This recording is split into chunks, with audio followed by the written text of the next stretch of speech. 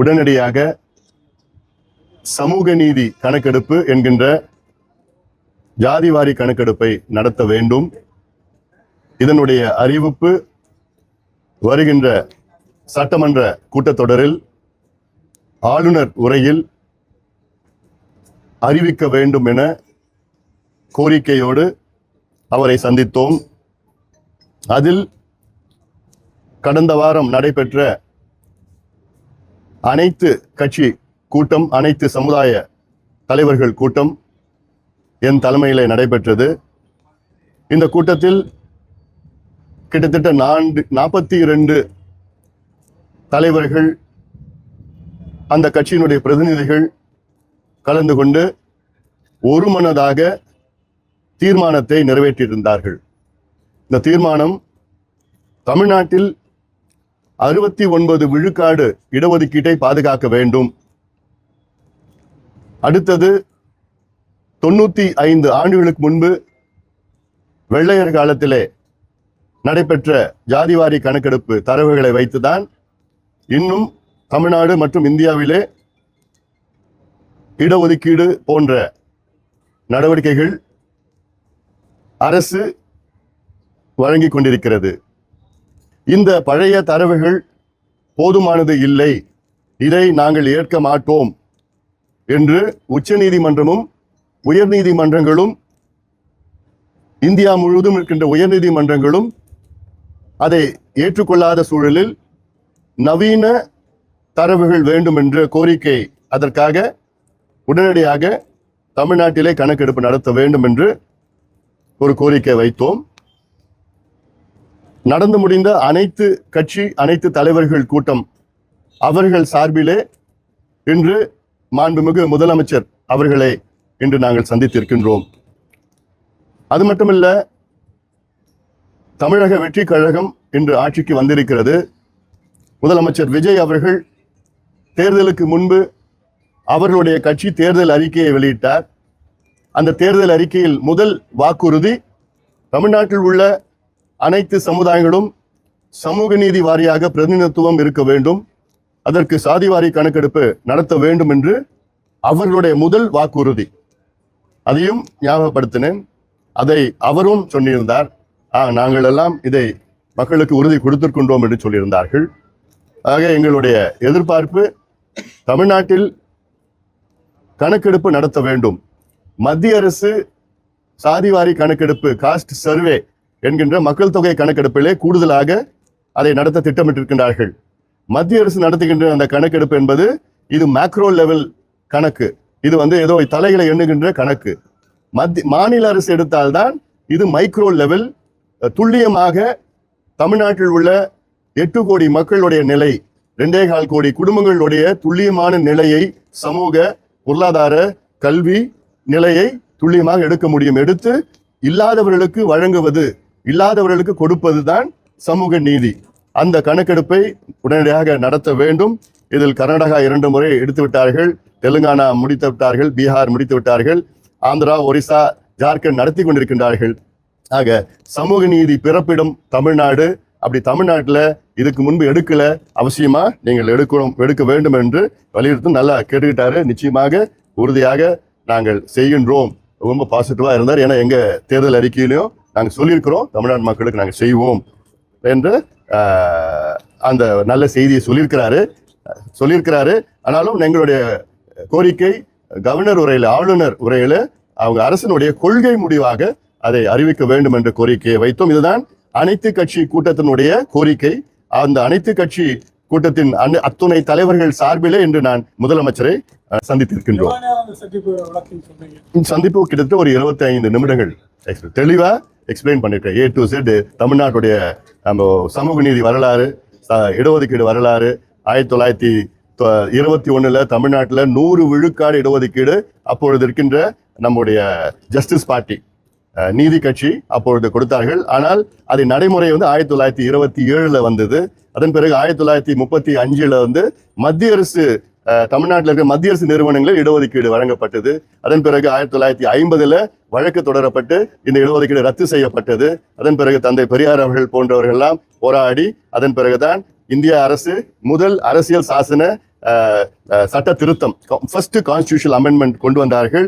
அதன் பிறகுதான் தமிழ்நாட்டில் 40 விழுக்காடு இடஒதுக்கீடு 1951 கொடுத்தார்கள். இது 1954 41 உயர்ந்தது. அதன் பிறகு கலைஞர் அவர்கள் ஆட்சியில 1971 இது 49 உயர்ந்தது. அதன் பிறகு எம்ஜிஆர் அவர்கள் காலத்துல 1980 இது 68 உயர்ந்தது. அதன் பிறகு 1990 கலைஞர் அவர்கள் ஆட்சி காலத்துல இது 69 உயர்ந்தது. அதன் பிறகு 1989 பிசியும் எம்பிசி என்று 20% 30% பிரிக்கப்பட்டது. 2008 இதுல உள் ஒதுக்கீடு இஸ்லாமியர்களுக்கு 3.5 விழுக்காடு, 2009 அருந்ததியர்களுக்கு 3 விழுக்காடு உள் ஒதுக்கீடு. இதெல்லாம் இந்த வரலாறுலாம் நான் சொன்னோம். நீதிமன்றத்துல எப்படி வந்தது, நீதிபதிகள் உச்ச நீதிமன்ற தலைமை நீதிபதி கபாடியா அவர்கள் 2010 தீர்ப்பை கொடுத்தார். அந்த தீர்ப்புல தமிழ்நாடு ஓராண்டிற்குள்ளே ஜாதிவாரி கணக்கெடுப்பு நடத்தி 69 விழுக்காடு இடஒதுக்கீட்டை ஏன் அதை நாங்கள் உங்களுக்கு வழங்க தேவை என்று நீங்கள் அதை நியாயப்படுத்தணும், ஜஸ்டிஃபை பண்ணணும் அப்படின்னு 2010 சொன்னாங்க. ஆனா இது இன்னைக்கு வரைக்கும் பண்ணல, செய்யல. வழக்கு இன்னும் முக்கியமான வழக்கு நீதிமன்றத்துல இருக்கு. இந்தியாவில ஒரே மாநிலம் தமிழ்நாடுக்கு மட்டும்தான் 50 விழுக்காட்டிற்கு மேல் இடஒதுக்கீடு வழங்கப்பட்டிருக்கிறது, 69. அதுல ஏன்னா 1994 ஜெயலலிதா அம்மையார் முதலமைச்சராக இருந்த நேரத்துல இந்த தமிழ்நாட்டுடைய இடஒதுக்கீடு 69 விழுக்காடு இடஒதுக்கீடு சட்டத்தை அரசியல் சாசனத்தில் உள்ள 9வது பிரிவினில் அதில் பாதுகாக்கப்பட்டிருக்கிறது. அது கான்ஸ்டிடியூஷனல் அமெண்ட்மெண்ட் செய்து, அதனால இன்னைக்கு அந்த பாதுகாப்பு இன்னைக்கு இருக்கு. ஆனா இப்ப ஜுடிஷியரி என்ன பண்றாங்க, 9வது 9th அமெண்ட்மெண்ட்டும் ஷெட்யூல் 9th ஷெட்யூல்லையும் நாங்க ரிவ்யூ பண்ணுவோம் அப்படின்னு ஜுடிஷியரி சொல்றாங்க.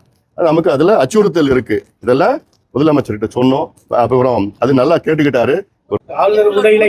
எங்களுக்கு நம்பிக்கையா இருக்கு, நம்பிக்கையா எங்களுக்கு முதலமைச்சர் நல்ல நம்பிக்கையான முறையில எங்களுக்கு பதில் சொல்லியிருக்கிறார். திமுக அதிமுக 2 ஆட்சி காலத்திலும் நீங்க இந்த முயற்சி எடுத்துட்டு இருந்தீங்க. இப்போ தாவேக ஆட்சியில அது நடைபெறும் நினைக்கிறீங்க? நிச்சயமா நாங்க எதிர்பார்க்கிறோம், நடைபெறும்னு நாங்க நம்பிக்கையோட இருக்கிறோம். என்னன்னா முதலமைச்சர் அவர்கள் தேர்தலுக்கு முன்பு அவங்க கட்சி கொடுத்த வாக்குறுதி தான் இது. இன்னொன்னு என் தலைமையில நடந்த அனைத்து கட்சி கூட்டத்துல தாவேகா சம்பந்தமா ஒரு பிரதிநிதி கலந்துக்கிட்டார். விக்னேஷ் என்பது அவருடைய ஸ்போக்ஸ் பர்சன் அந்த கூட்டத்தில் கலந்துக்கிட்டு இந்த தீர்மானத்துக்கு அவரும் ஆதரவு கொடுத்திருக்கிறார். அதனால இது மட்டும் இல்ல, திமுக தலைவர் முன்னாள் முதலமைச்சர் ஸ்டாலின் அவர்கள் அந்த கூட்டத்துக்கு முன்பு எனக்கு தொலைபேசியில தொடர்பு கொண்டு இதுக்கு ஆதரவு கொடுத்தாரு. பிசிகே ஆதரவு கொடுத்திருக்குது. சிபிஐ கடிதம் எழுதியிருக்கிறாங்க. அது தமிழ்நாட்டில் உள்ள 99 விழுக்காடு கட்சிகள் எல்லாம் இதுக்கு ஆதரவு கொடுத்துருக்காங்க. திமுக ஆதரவு கொடுத்துருக்குன்னு சொன்னீங்க. கடந்த ஆட்சி காலத்துல அவங்க மத்திய அரசு தான் இதை நிறைவேற்றணும், ஸ்ட்ராங்கா இருக்காதுன்னு சொன்னாங்க. அது மனமாற்றத்தை நான் வரவேற்கின்றேன். நல்ல மாற்றம் தான், அதை வரவேற்கின்றேன். அதை வரவேற்கின்றேன். இப்போ மனம் மாறி இருக்கிறாங்க, வரவேற்கின்றேன். சார், இப்ப நம்ம மத்திய அரசோட ஒரு இணக்கமான ஒரு சூழல் தான் இருக்கும். மத்திய அரசு சொல்லி மத்திய அரசு மூலமா பண்ண முடியாது. அதான் இப்ப நான் தெளிவா சொன்னேனே, மத்திய அரசு செஞ்சா இது மேக்ரோ லெவல், மாநில அரசு செஞ்சாதான் மைக்ரோ லெவல். துல்லியமா ஒவ்வொரு குடும்பமும் என்ன நிலையில இருக்கிறாங்க, ஒவ்வொரு ஃபேமிலியும் என்ன நிலையில இருக்கிறாங்க, ஒவ்வொரு வீடும் எப்படி இருக்கு. ஒரு 2 ஆபீசர்ஸ் ஒரு வீட்டுக்கு தமிழ்நாடுல 2.25 கோடி வீட்டுக்கு போயிட்டு அந்த வீட்டுல எவ்வளவு பேர் இருக்கிறாங்க, எந்த மதத்தை சார்ந்தவர்கள், எந்த ஜாதி, எந்த உட்பிரிவை சார்ந்தவர்கள், எத்தனை பேர் ஆண்கள் பெண்கள், எத்தனை பேர் படிச்சிருக்கிறாங்க, எத்தனை அரசு வேலையா தனியார் வேலையா, எவ்வளவு வருமானம், எத்தனை டாக்டர்ஸ் இன்ஜினியர்ஸ் அட்வொகேட்ஸ் இருக்கிறாங்க, எத்தனை பேர் படிப்பு பாதியில் நிறுத்திட்டாங்க, எத்தனை பேர் கல்வி கடன் இருக்கு, அவங்க வீடு சொந்த வீடா வாடகை வீடா குடிசை வீடா, எத்தனை ஸ்கொயர் ஃபீட் வீடு, எத்தனை பாத்ரூம் இருக்கு, கரண்ட் இருக்குதா, சோலார் இருக்கா, போர் இருக்குதா, இல்லாட்டி கிணறு இருக்குதா வீட்டுல, இல்ல கூலியா, இல்ல தொழிலாளர்களா, விவசாய நிலம் வச்சிருக்காங்களா, டிராக்டர் இருக்குதா, பைக் இருக்குதா, இது போன்ற 70-80 கேள்விகள் கேட்டா இது மத்திய அரசு செய்ய முடியாது, மாநில அரசு தான் செய்ய முடியும். இது ஏதோ இடஒதுக்கீடுக்காக மட்டும் கிடையாது. சமூக திட்டங்கள் பீகார்ல இந்த கணக்கெடுப்பு நடத்தி 96 லட்சம் குடும்பங்கள் மாதம் வருமானம் 6000 ரூபாய்க்கு குறைவா இருக்குன்னு கண்டுபிடிச்சு அந்த 96 லட்சம் குடும்பத்துக்கு 2 லட்சம் ரூபாய் அவங்களுக்கு நிதி உதவி செய்து தொழிலுக்கு கொடுத்திருக்கிறாங்க. 67 லட்சம் குடும்பங்களுக்கு அவங்களுக்கு சொந்த வீடு இல்லைன்னு கண்டுபிடிச்சிருக்கிறாங்க. அவங்களுக்கு 67 லட்சம் குடும்பத்துக்கு வீடு கட்டிட்டு இருக்காங்க பீகார்ல. இதுதான் சமூக நீதி. ஆக இது தரவுகள் வந்தா தானே, பழைய தரவுகளை வச்சுக்கிட்டு நம்ம ஒண்ணும் பண்ண முடியாது. நிச்சயமா ஏத்து, நீதிமன்றமே ஏத்து ஏத்துட்டு இருக்கு. அதுல இடஒதுக்கீடு அதிகப்படுத்திருக்கிறாங்க பீகார்ல. அந்த அதிகப்படுத்தின முறை சரியில்லாம நீதிமன்றம் சொல்லியிருக்கு. அதுதான் மற்ற தரவுகள் எல்லாமே சமூக நலத்திட்டங்கள்லாம் எந்த பிரச்சனையும் கிடையாது. பீகார்ல அந்த இடஒதுக்கீடு அதிகப்படுத்துறதுக்கு காரணம் என்னன்னா அவங்க வெறும் தலையை வச்சுக்கிட்டு அதிகப்படுத்திட்டாங்க, பாப்புலேஷன் வச்சு அதிகப்படுத்திட்டாங்க. நீதிமன்றத்தில் என்ன கிடையாதுன்னா பாப்புலேஷன் ஒரு பக்கம், சோசியல் பேக்வர்ட்னஸ் சமூக பின்தங்கிய நிலை இன்னொரு பக்கம், ரெண்டுமே எக்ஸ்ட்ராபுலேட் பண்ணி ஜஸ்டிஃபை பண்ணி நியாயப்படுத்தி கொடுத்தா எந்த நீதிமன்றமும் தடை பண்ண முடியாது. இதைதான் எதிர்பார்க்கிறாங்க. அதுக்கு நம்ம மாடர்ன் கான்டெம்பரரி பர்டினன்ட் டேட்டா இது வேணும். அதுதான் மாநில அரசு தான் செய்ய முடியும். அப்புறம் பாத்துக்கலாம். பட்டியல் சமூக மக்களுக்கு என்ன நன்மை ஏற்படும்? இதுல இன்னும் சொல்ல போனா இந்த கணக்கெடுப்பு, நவீன கணக்கெடுப்பு பட்டியலின மக்களுக்கு தான் அதிகமா நன்மை பெறும். எப்படின்னா இன்னைக்கு வந்து பட்டியலின மக்களுக்கு வந்து 18 விழுக்காடு இடஒதுக்கீடு, பழங்குடி மக்களுக்கு 1%.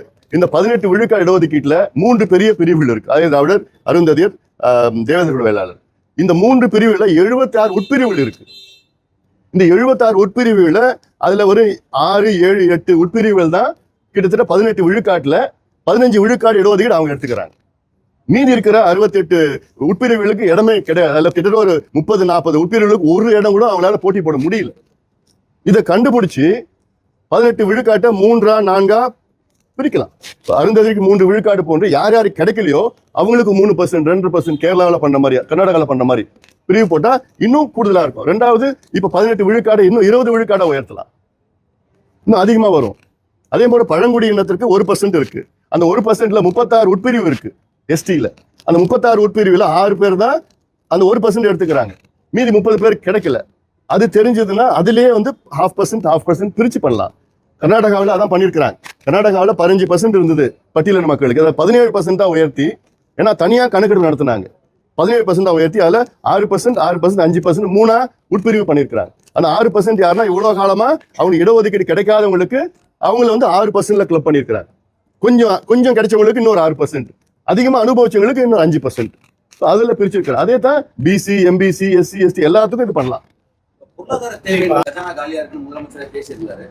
இதை எடுக்கிறதுக்கு எவ்வளவு செலவாகக்கூடிய ஒரு தோராயமான அமௌண்ட், இதை எடுக்கிறதுனால ஒருவேளை அந்த செலவு அதிகமாகுதுன்னு அரசுகள், முந்தைய அரசுகள் கருதி விட்டாங்களா, இல்ல இந்த அரசு என்ன? அதாவது இப்ப கடந்த ஆண்டு தமிழ்நாட்டினுடைய பட்ஜெட் வந்து 4.5 லட்சம் கோடி. தமிழ்நாட்டுக்கு இந்த கணக்கெடுப்பு நடத்தினா செலவு வந்து 700 கோடி அவ்வளவுதான் வரும். கர்நாடகாவில் 600 கோடி செலவு பண்ணாங்க. 1.5 மாசம் தான் ஆச்சு. 2 லட்சம் பேர் வச்சு எடுத்தாங்க. தமிழ்நாட்டில் 2.5 லட்சம் பேர், 3 லட்சம் பேர், 1.5 மாசம் 700 கோடி அவ்வளவுதான். 700 கோடி, 4.5 லட்சம் கோடியில் 700 கோடி அரசு பொறுத்த வரைக்கும் ஒரு பணம் கிடையாது. ஏன்னா இது சமூக நீதி பிரச்சனை. நம்ம சமூக நீதி பெறப்படும் தமிழ்நாடு, அதுல சமூக நீதிக்காக இது நிச்சயமா இது வந்து செயல்படுத்தணும். இஸ்லாமியருக்கும் அருந்தியருக்கும் கணக்கெடுப்பு உள்ஒதுக்கீடு கொடுக்கும்போது அது ஏற்குது. ஆனா வன்னியர் கொடுக்கும்போது 10 சொன்னா ஏற்காதுக்கு நீதிமன்றத்தில் நிக்காதுக்கான இந்த தரவுகள் தான் கேட்கிறாங்க. இப்போ இஸ்லாமியர்கள் கூட இருக்கிறாங்க. இஸ்லாமியர்களுக்கு வந்து பாத்தீங்கன்னா 7 உட்பிரிவு இருக்கு. இப்போ ஷியா, சன்னி, லப்பை, போரா அப்படிலாம் 7 உட்பிரிவு இருக்கு. அந்த 7 உட்பிரிவுல ஒரு உட்பிரிவு, 2 உட்பிரிவு தான் எல்லா இடத்தையும் எடுத்துக்கிறாங்க. அந்த 3%ல 3% எடுத்துக்கிறாங்க. இது எடுத்தா எல்லாத்துக்கும் தான் இது பாதுகாப்பாக இருக்கும். இப்ப நாளையோட 1 மாதம் முடிவடைந்த நிலையில நல்லா செஞ்சுட்டு இருக்கிறாங்க. நிறைய மாற்றங்கள் வந்து இருக்குது. ஊழல் வந்து பெரிய அளவுல குறைஞ்சிருக்கு. இந்த சிஸ்டம் இன்னும் எப்படியாவது இன்னும் 2-3 மாசம் ஆகும். இன்னும் கொஞ்சம் டைம் கொடுக்கணும். நம்ம பெரிய அளவுல நிறைய இடத்துல ஊழல் குறைஞ்சிருக்குது. அது ஒரு சிஸ்டமா மாத்துறது. ஏன்னா இவங்க மாறி இருக்கிறாங்க, ஆனா அதிகாரிகள் இன்னும் மனசு மாறல. இன்னும் அவங்க மாற்றுறதுக்கு இன்னும் கொஞ்சம் டைம். 1 மாதத்துல போய் எல்லாமே செய்யணும்னு எப்படி எதிர்பார்க்க முடியாது இல்ல இவ்வளவு. அதாவது ஏன் இந்த மின்சார பிரச்சனை நான் சொல்றேன், கடந்த 5 ஆண்டு காலத்துல திமுக ஆட்சியில ஒரு புதிய மின் திட்டம் கூட இவங்க கொண்டு வரல. இப்ப நிலுவையில் இருக்கிற திட்டம் கிட்டத்தட்ட 14,000 மெகாவாட் திட்டம் கடந்த 12 ஆண்டுகளாக நடைமுறைப்படுத்தல. அந்த 14,000 இப்ப தமிழ்நாட்டுடைய மின் தேவைகள் பாத்தீங்கன்னா பீக்ல 21,000 மெகாவாட். ஆனா தனியார், அரசு எல்லாம் சேர்ந்து உற்பத்தி பாத்தீங்கன்னா 36,000 மெகாவாட் இருக்கு. அந்த 36,000த்துல வந்து சீசனல் 9,000 மெகாவாட் வந்து சீசனல் இந்த காற்றாலைகள் இருக்கு. ஒரு 9,000 மெகாவாட் அது வந்து மே, ஜூன், ஜூலை, ஆகஸ்ட் 4 மாசம் தான் வரும். இப்போ திமுக அரசுல புதுசா எதுவும் அறிவிக்கல, இருக்கிறது நடைமுறைப்படுத்தல. இருக்கிறதுல எவ்வளவு பெண்டிங் இருந்தது, அதுல 1 மட்டும்தான், அதுல 800 மெகாவாட் மட்டும்தான் இப்போ நடைமுறைப்படுத்தியிருந்தா கடைசியில. ஆக அவங்களுக்கு என்னன்னா, அரசு உற்பத்தி செய்கின்ற மின் ஆலைகள்ல ஒரு யூனிட் வந்து 3 ரூபாயில இருந்து 3,000 ரூபாய் உற்பத்தி செய்யலாம். இன்னொன்னு அரசாங்கம் வந்து வாங்குது. அரசு உற்பத்தி செய்கின்ற மின் ஆலைகள்ல 3,000 ரூபாய் கொடுத்து ஒரு யூனிட் வாங்குது. தனியார் உற்பத்தி செய்கின்ற மின் ஆலைகள்ல இருந்து தமிழக அரசு 9 ரூபாயில இருந்து 15 ரூபாய் ஒரு யூனிட் வாங்குது. அதில் அப்போ கமிஷன் அதிகமா அதுல வரதுனால அவங்க யாருக்கும் வந்து அரசாங்கம் உற்பத்தி செய்யணும்னு விருப்பம் இல்லை கடந்த ஆட்சியில். அதனாலதான் இவ்வளோ நட்டம். இன்னொன்னு சொல்ல போனா மின்சாரத்துறையில கடந்த 4 ஆண்டுகள்ல 4 முறை மின் கட்டணத்தை உயர்த்திருக்கிறார். 56% உயர்த்திருக்கிறார். இதுல 1.5 லட்சம் கோடி ரூபாய் கூடுதலா மின்சாரத்துறைக்கு வருமானம் வந்தும் இன்னைக்கு நட்டத்துல ஓடிட்டு இருக்கு. ஊழல் தான். டிரான்ஸ்ஃபார்மர் ஊழல் தான் பாத்தீங்க. 32 பேர் ஒரே டிட்டோ டெண்டர் கோட் பண்ணிருக்கிறாங்க. எவ்வளவு பெரிய ஒரு மோசடி காட்டல் அது. இதெல்லாம் வந்து விசாரணை இப்போ சிபிஐ விசாரணைன்னா இப்போ இல்ல சிபிசி அதை இப்ப இந்த இதுல சிபிஐ விசாரணை கொடுக்கும். இன்னொன்னு நான் சொன்னது வந்து மேகதாது பிரச்சனை சம்பந்தமா அனைத்து கட்சி கூட்டத்தை நீங்க கூட்டுங்க, முதலமைச்சர் கூட்ட வேண்டும். ஏன்னா மேகதாது வந்து தமிழ்நாட்டினுடைய உயிர் நாடி பிரச்சனை. நான் சொல்லியிருக்கேன், முதலமைச்சர்கிட்ட நான் சொல்லியிருக்கேன். நான் நிச்சயமா அது ஒரு பாசிட்டிவா எடுத்திருக்கிறாரு. ஏன்னா இன்னைக்கு மேகதாது என்பது கர்நாடகாவில் உள்ள DK சிவகுமார் அவர்கள் முதலமைச்சர் ஆகிட்டார். அவர் வந்து அந்த ஏரியா கனகாபுர ஏரியா பகுதியில் பாத யாத்திரா யாத்திரா எல்லாம் பண்ணிக்கின்னு இப்ப இதை வச்சுதான் முதலமைச்சர் ஆயிருக்காரு. கர்நாடகாவில் 2028 தேர்தல் வர இருக்கிறது. அந்த தேர்தல் முடிக்கிற வரைக்கும் இதை அவர் விட மாட்டார், இன்னும் அதிகமா தீவிரப்படுத்துவார். இப்ப DPR வந்து பண்ணிருக்கிறாங்க. DPR டீடைல் ப்ராஜெக்ட் ரிப்போர்ட் வந்து அதுல வந்து பண்ணலாம்னு வந்து அந்த நடுவர் மன்றம் இவங்களுக்கு மத்திய அரசு அனுமதி கொடுத்திருக்குது. இப்போ இந்த ப்ராசஸ் நடக்குது. அதனாலதான் இதை தீவிரமா நம்ம எதிர்க்கணும். ஏன்னா கர்நாடகாவில் 4 அணைகள் இருக்கு. KRS அணை, கிருஷ்ணராஜ சாகர் அணையில, அது கபினி, ஹேமாவதி, ஹாரங்கி. இந்த 4 அணைகளுடைய கொள்ளளவு 115 TMC. இந்த மேகதாது அணை கட்ட போறது கிடையாது. கட்டினாங்கன்னா அது 70 TMC கூடுதலா. ஆக அவங்க தம் கர்நாடகாவோட ஸ்டோரேஜ் கெப்பாசிட்டி பார்த்தீங்கன்னா 180 TMC உயரும். இப்பவே நமக்கு என்னன்னா மிச்ச நீர் தான் கொடுக்குறாங்க. காவிரி நடுவர் மன்றம் தீர்ப்பு என்னன்னா 177.25 TMC தமிழ்நாடு கொடுக்கணும்னு காவிரி நடுவர் மன்றம் கொடுத்துருக்காங்க. அந்த 177.25 TMC எப்படி கொடுக்கணும்னா ஜூன் மாசம், ஜூலை மாசம் 30, 40 TMC, 50, 48, 28 ஒவ்வொரு 12 மாசத்துக்கு ஷெட்யூல் பண்ணிடுறாங்க. ஆனா அந்த 12 மாசம் ஷெட்யூல்ல அவங்க கொடுக்கறது கிடையாது. அவங்களுக்கு 4 டேம் நிறைஞ்சிச்சு, தண்ணி வேற எங்கேயும் விட முடியாது. அந்த தண்ணியை தான் நமக்கு மிச்ச நீர் தான் நமக்கு கொடுக்குறாங்க. அதுவே நமக்கு கிடைக்கிறது கிடையாது. அதனால மேகதாது கட்டினாங்கன்னா அந்த மிச்ச நீரும் நமக்கு வராது. மிகப்பெரிய பிரச்சனை வரும். ஏன்னா காவிரியை நம்பி தமிழ்நாட்டில் 38 மாவட்டத்தில் 28 மாவட்டம் இருக்கு. சென்னை உட்பட கிட்டத்தட்ட 5.5 கோடி மக்கள், தமிழ்நாட்டில் 8 கோடி மக்கள், 5.5 கோடி மக்கள் காவிரியை நம்பி இருக்கு. அதனால காவிரியில் தண்ணி வரலன்னா மிகப்பெரிய ஒரு பிரச்சனை. அதுக்காக இதை ஒரு முக்கியத்துவம் சொல்லி அனைத்து கட்சி கூட்டத்தை கூட்டணும்னு கேட்டிருக்கேன். நிச்சயமா ஒரு பாசிட்டிவா பண்ணுவான்னு நினைக்கிறேன். நன்றி.